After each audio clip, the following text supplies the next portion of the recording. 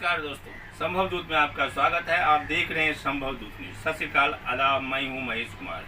आज मैं पहुंचा हूं जड़ी मरी मंदिर, जहां पे कि पंडित धर्मानंद जी का निवास स्थान है। और इसी मंदिर से आज पूरे दुनिया में, मिथिलांचल में अपना नाम किए हैं। तो अच्छा चलिए, आज उनका 60वां जन्मदिन है। उनसे मिलवाता हूँ और उनसे ही बोलता हूँ। सर जी, हमारे दर्शक को प्रणाम बताइए।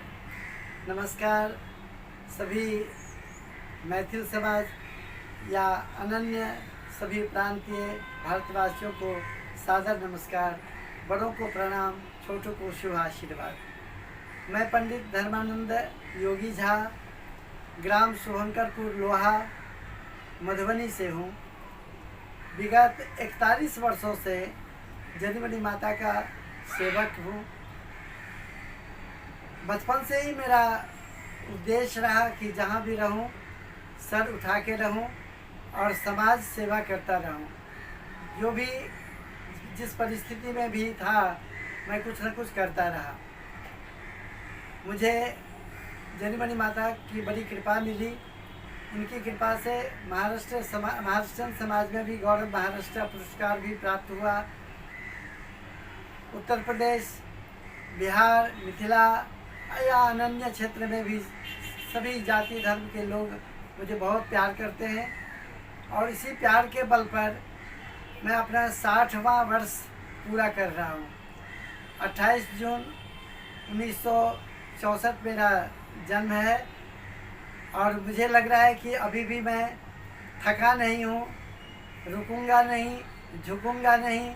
और समाज सेवा करने के लिए जहाँ तक जो कुछ भी करना पड़ेगा, भले ही अपनी जेब में ना हो, पर सबकी सहायता से सबकी सेवा करता रहूं, ये मेरा उद्देश्य है। धन्यवाद। दहेज मुक्त मिथिला संस्था के ये संयोजक थे।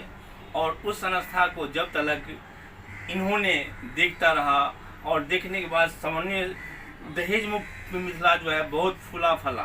पूरे मुंबई, महाराष्ट्र, बिहार तक भी इसका जो काम है।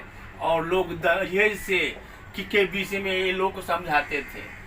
इन्होंने अपने ही बच्चे को जो शादी बिगड़ दहेज को किए थे, कारण कि हम करेंगे तब न दुनिया देखेगा और कर देगा। और इस तरह इसने किया। और इनका नाम जहाँ पे कि ये मुंबई में हर संस्था, चाहे कोई भी संस्था आप उठाइए, सब इनको जानते हैं। कारण कि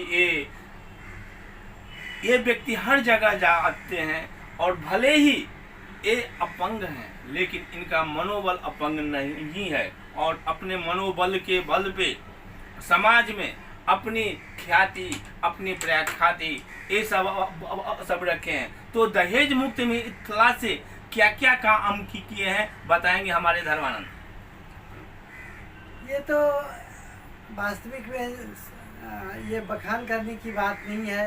वो तो हर एक व्यक्ति का एक धर्म है, कर्तव्य होता है कि समाज में के लिए बहु बेटियों की सुरक्षा और समाज की सुंदर व्यवस्था में अपना जीवन समर्पित होना चाहिए। सबके लिए अनिवार्य है, ये परम कर्तव्य बनता है। उसी में एक बूंद मैं भी हूँ। जो कुछ भी मेरे से हुआ मैं करता रहा। मैं किसी के प्रति कोई शिकायत नहीं रखता हूँ, क्योंकि जब हम समाज में समाज सेवा के लिए चलते हैं या परोपकार करने के लिए चलते हैं, तो मुझे याद आता है वो पंक्ति कि प्राणों की वर्तिका बनाकर ओढ़े तिमिर काली चादर, जलने वाला दीपक ही तो जग का तिमिर मिटा पाता है, रोने वाला ही गाता है। तो हम किसी से कोई शिकायत नहीं करते हैं। ठीक है, समय का झकोरा है, उस झकोरे में कोई उखड़ जाता है, कोई बिखर जाता है। मैं उखड़ा भी नहीं, बिखरा भी नहीं हूँ। इसमें हमारे कुछ लोग सहायक भी हुए, कुछ विरोधी भी हुए, पर धन्यवाद करता हूँ सहायता करने वालों को कि उन्होंने मनोबल को टूटने नहीं दिए। और मैं धन्यवाद देता हूँ अपने विरोधियों को भी कि उन्होंने मुझे बहुत सीख दिए कि कौन अपने, कौन पराये, कौन धूर्त और कौन सज्जन, इसका मुझे पहचान मिल गया। मैं अंधाधुंध आँख मूंद करके चलता था, अभी मैं आँख खोल के चलता हूँ।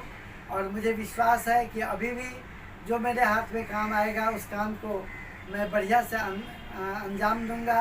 और समाज सेवा हमारा परम लक्ष्य है, चाहे जिस रूप में हो, जिस स्थिति में हो, मैं करता रहूँगा। धन्यवाद।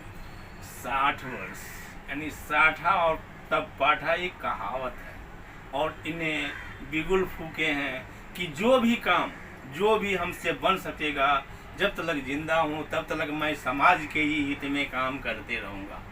इनकी ख्याति को देख करके कुछ जो समाज के पाग डोपटा पहनने वाले थे, इन्हें नीचे दिखाने की प्रयास किया, लेकिन जड़ी मरी माता की मंदिर के इस सेवक थे।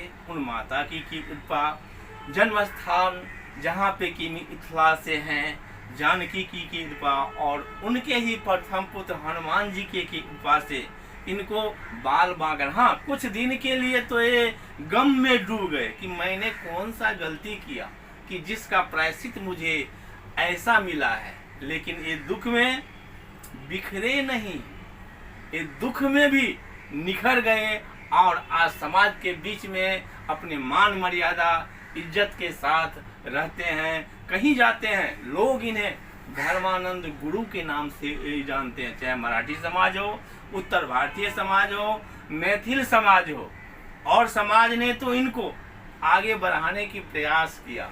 लेकिन कहावत है ना कि अपने ही घर में लोग जो है डूब जाता है, तो अपने ही समाज ने इन्हें नीचे दिखाने की प्रयास किया। लेकिन माता जी की मेहरबानी से एक आज भी वैसे ही हैं जैसे पहले थे, और अभी भी समाज के सेवा करने का जो संकल्प है इनके अंदर में है, और समाज सेवा करते ही रहेंगे।